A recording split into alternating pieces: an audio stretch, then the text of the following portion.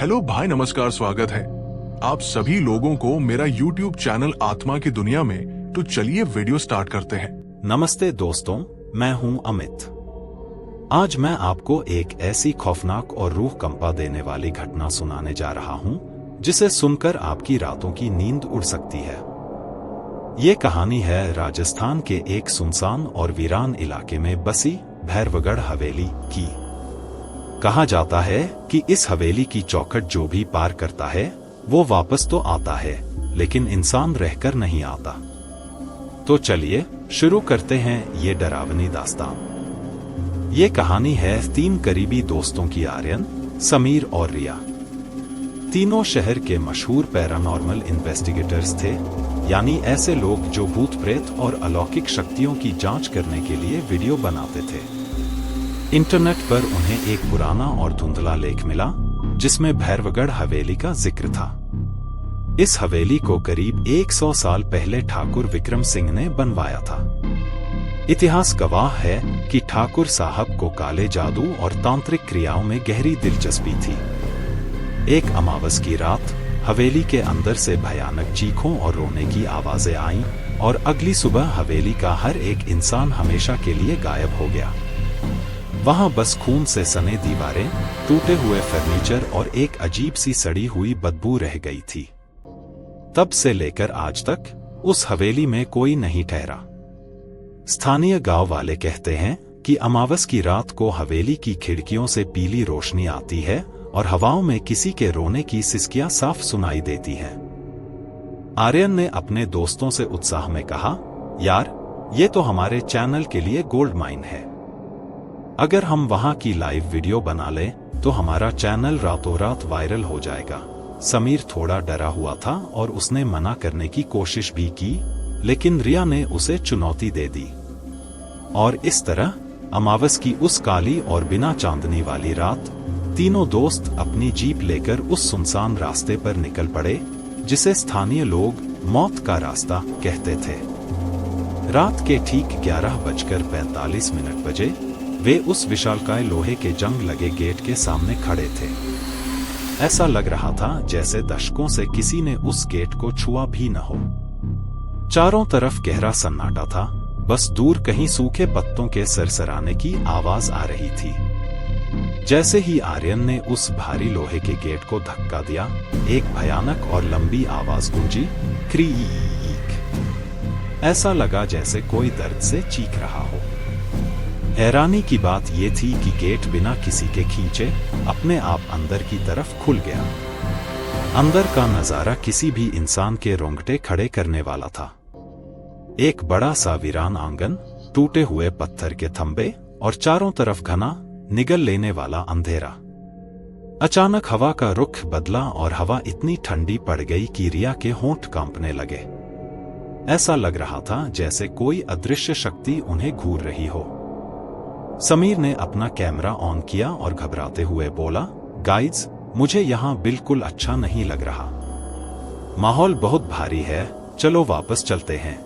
लेकिन आर्यन ने उसकी बात अनसुनी कर दी और कहा, अरे डरपोक, हम तो बस अंदर जाकर 10 मिनट का फुटेज लेंगे और निकल जाएंगे। वे तीनों मुख्य हॉल में दाखिल हुए। हॉल के बीचों बीच एक बड़ा सा पुराना झूमर लटका था। हवा बिल्कुल भी नहीं थी, फिर भी वो झूमर धीरे धीरे हिल रहा था और उसके कांच आपस में टकरा रहे थे। छन छन छन। तभी रिया की नजर सामने वाली दीवार पर पड़ी। वहां ताजा खून से कुछ लिखा हुआ था। उसने अपनी फ्लैशलाइट वहां डाली। दीवार पर लाल अक्षरों में लिखा था, तुम लोग यहां क्यों आए? यह देखते ही समीर का हाथ कांपने लगा और उसका कैमरा अचानक बंद हो गया। ये क्या हुआ? बैटरी तो अभी फुल थी, समीर ने घबराते हुए कैमरे को झटकते हुए कहा। तभी अचानक हॉल का भारी लकड़ी का मुख्य दरवाजा धड़ाम से अपने आप बंद हो गया। इस आवाज ने तीनों के दिल की धड़कनें बढ़ा दी। वे तीनों दौड़कर दरवाजे के पास गए। आर्यन ने पूरा जोर लगाकर धक्का दिया, लेकिन वो दरवाजा जाम हो चुका था। ऐसा लग रहा था जैसे कोई अदृश्य और ताकतवर शक्ति उसे दूसरी तरफ से पकड़े हुए हो और अंदर आने न दे रही हो। अब उनके अंदर घबराहट साफ झलकने लगी थी। रिया फूट फूट कर रोने लगी। मैंने कहा था ना, हमें यहां नहीं आना चाहिए, हमें यहां से निकलना होगा। तभी ऊपर की मंजिल से किसी के चलने की आवाज आई। ठक ठक ठक, जैसे कोई भारी पायल पहनकर धीरे धीरे सीढ़ियों से नीचे उतर रहा हो। आर्यन ने डर के मारे भी हिम्मत जुटाई और एक भारी लोहे की रॉड उठाकर सीढ़ियों की तरफ बढ़ा। कौन है वहां? सामने आओ, उसने चिल्लाकर कहा। जवाब में सन्नाटा था। लेकिन तभी सीढ़ियों के ऊपर अंधेरे में एक सफेद साया धीरे से हिला। वो कोई इंसान नहीं था। उसका शरीर छत से उल्टा लटका हुआ था और उसका चेहरा बिल्कुल सपाट था। बिना आंखों, बिना नाक, बिना मुंह के, बस एक चिकनी सफेद त्वचा। रिया जोर से चीखी और पीछे हटी, लेकिन उसका पैर फर्श के एक टूटे हुए बोर्ड में फंस गया। समीर ने उसे खींचने की कोशिश की, लेकिन तभी उस सफेद साए ने अपना लंबा, विकृत हाथ बढ़ाया।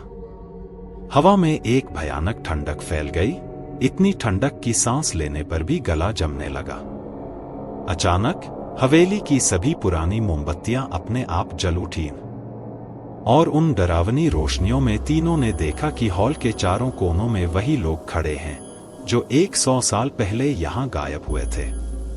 उनके चेहरे सड़े हुए थे, आंखें अंदर धंसी हुई थीं, और वे धीरे धीरे तीनों दोस्तों की तरफ बढ़ रहे थे। उनके मुंह से एक साथ फुसफुसाहट निकल रही थी, अब तुम हमारे हो। आर्यन ने जान बचाने के लिए जोर से चिल्लाते हुए वह लोहे की रॉड पास की एक बड़ी खिड़की के शीशे पर दे मारी। छनान, शीशा चकनाचूर हो गया। कूदो, जल्दी कूदो, आर्यन चिल्लाया। तीनों ने किसी तरह उस खिड़की से बाहर छलांग लगा दी। वे जमीन पर गिरे, उनके हाथ पैर छिल गए, खून निकलने लगा, लेकिन वे रुके नहीं। वे अपनी जीप की तरफ पागलों की तरह दौड़े। समीर ने कांपते हाथों से चाबी घुमाई। इंजन ने 2 बार खांसी ली और तीसरी बार में स्टार्ट हो गया। उन्होंने एक्सीलरेटर दबाया और वहां से पूरी रफ्तार पकड़ ली। भागते हुए आर्यन ने पीछे मुड़कर देखा। हवेली के मुख्य टूटे हुए गेट पर वही सफेद, चेहराहीन साया खड़ा था, और इस बार उसके सपाट चेहरे पर एक डरावनी, चौड़ी मुस्कान उभर आई थी। वे करीब 10 किलोमीटर दूर एक हाईवे के किनारे बने ढाबे पर रुके। तीनों की हालत खराब थी। वे पसीने से तरबतर थे, उनकी सांसें फूली हुई थीं और चेहरे पर खौफ साफ झलक रहा था। रिया ने कांपते हाथों से अपना फोन निकाला ताकि पुलिस को या अपने परिवार को कॉल कर सके। लेकिन जैसे ही उसने फोन की गैलरी खोली, उसका खून जम गया। उसके फोन में सैकड़ों नई तस्वीरें सेव थी, और हर तस्वीर में वे तीनों दोस्त उस हवेली के मुख्य हॉल में खून से लथपथ मरे हुए पड़े थे। समीर ने डर के मारे कांपते हुए पूछा, ये क्या है? अगर हम मर चुके हैं तो हम यहां इस ढाबे पर कैसे हैं? तभी आर्यन ने धीरे से अपना हाथ अपने गले पर ले जाकर उसे छुआ। वहां उंगलियों के गहरे नीले निशान छपे हुए थे। उसने धीरे धीरे अपना सिर घुमाया और अपने दोस्तों की तरफ देखा। उसकी आंखों में वो इंसानी चमक नहीं थी। एक अजीब सी, खौफनाक मुस्कान के साथ उसने धीमी और भारी आवाज में कहा, क्योंकि हम वापस कभी आए ही नहीं थे। और उसी पल ढाबे की सभी लाइट्स एक साथ बंद हो गईं। घने अंधेरे में सिर्फ रिया की एक आखिरी, दिल दहला देने वाली चीख गूंजी, और फिर हमेशा के लिए सन्नाटा छा गया। दोस्तों, ये थी भैरवगढ़ हवेली की वो खौफनाक दास्तान। कहते हैं कि आज भी उस हाईवे के उस ढाबे पर कभी कभी रात के वक्त 3 परछाइयां दिखाई देती हैं, जो मदद के लिए पुकारती हैं, लेकिन कोई उनकी आवाज नहीं सुनता। क्या आप मानते हैं कि आर्यन, समीर और रिया वाकई उस हवेली की भेंट चढ़ गए? या ये सिर्फ एक डरावनी अफवाह है? जवाब शायद उसी हवेली के अंधेरे में कहीं दबा हुआ है। मैं हूं अमित। अगर इस कहानी ने आपके रोंगटे खड़े किए हैं तो इसे अपने उन दोस्तों के साथ जरूर शेयर करें जो खुद को बहुत बहादुर समझते हैं। और हाँ, आज रात सोने से पहले अपनी खिड़कियां जरूर चेक कर लेना। शुभ रात्रि।